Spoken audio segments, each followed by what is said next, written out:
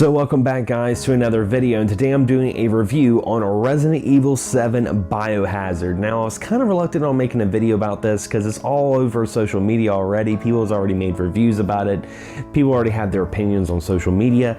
But to be honest, being a huge fan of the series, I thought I really wanted to talk about this because I played the first Resident Evil 20 years ago. It's what made me want to go out and buy a PlayStation 1 when I was younger, and this game definitely left an impression on me. There are pros and cons, and I'll get to that. And you know, when we first saw Resident Evil 7 debut at E3, a lot of us were saying, this isn't my Resident Evil. This isn't the Resident Evil I remember, you know? And it was kind of confusing because Capcom was like, yeah, this is Resident Evil going back to its roots. When we think of Resident Evil going back to its roots, we're thinking of third person, we're thinking of zombies, we're thinking of a mansion, we're thinking of puzzles. And we didn't see that.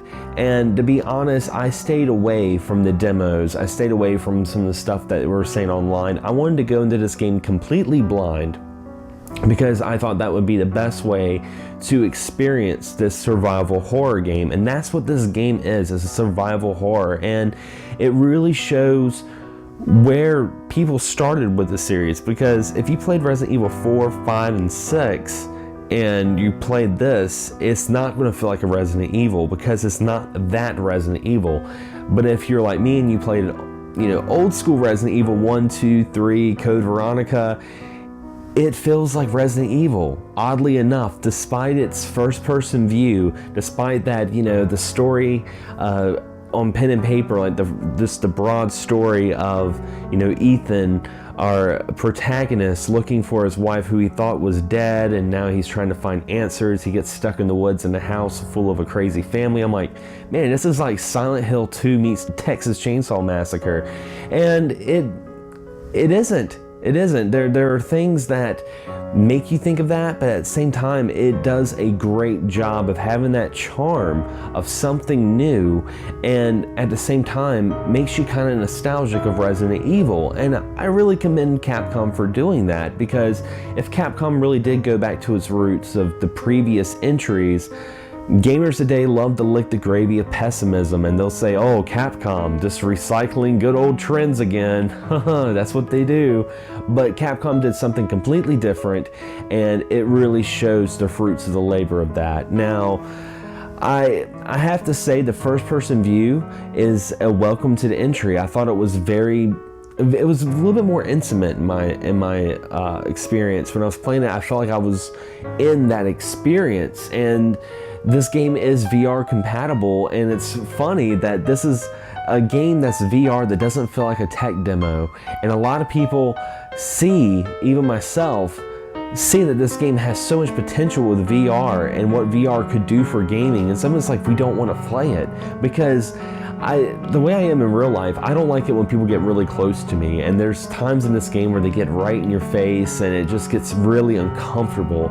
And I've never played a game before that the atmosphere had so much of an ambience to it. It had so much visuals that I could actually sense, I could actually smell what the place would be like. I was sitting there playing through some of the levels, and I'm like, man, you could just think about it. This place probably smells like feces and rust and old blood and flesh. It made such an impression on you, and I really enjoyed it. I like the fact that they brought back puzzles. They brought puzzles back in this game, and really, really interesting puzzles, different elements, things that you would play and it'd be kind of like a nod to the previous entries with the older Resident Evils, but at the same time feels kind of new.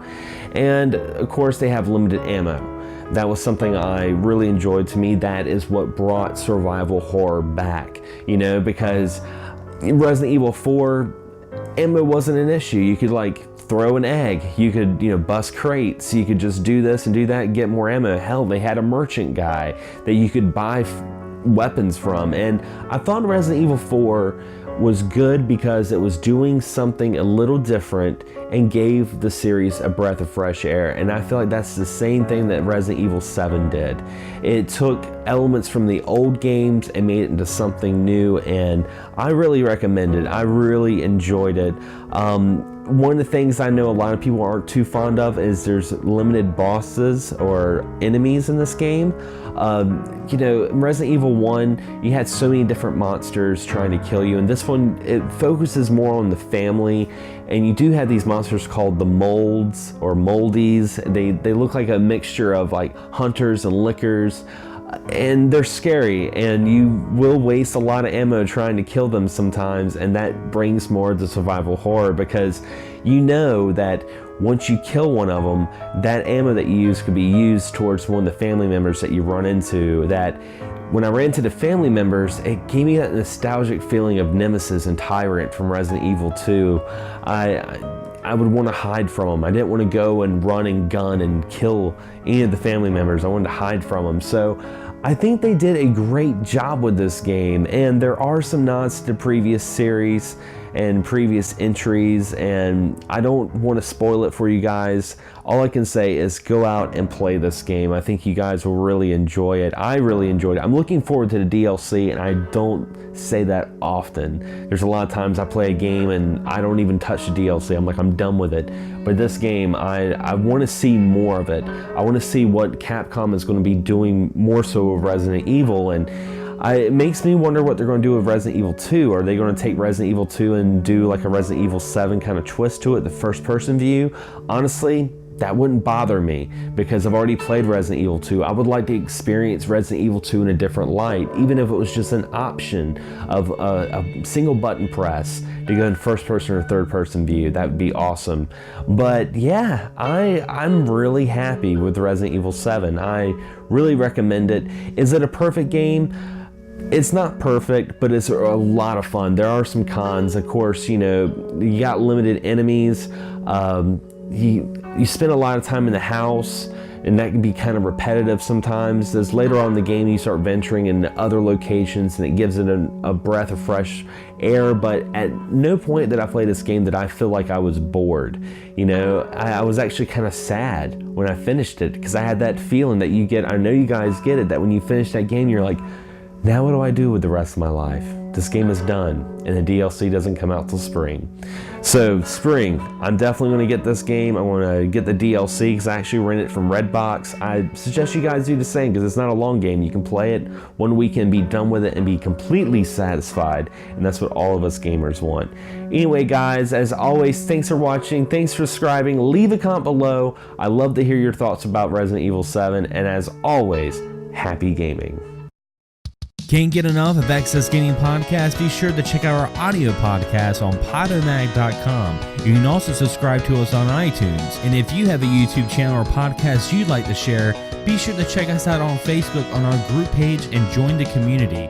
As always, guys, thank you so much for all the support, and happy gaming.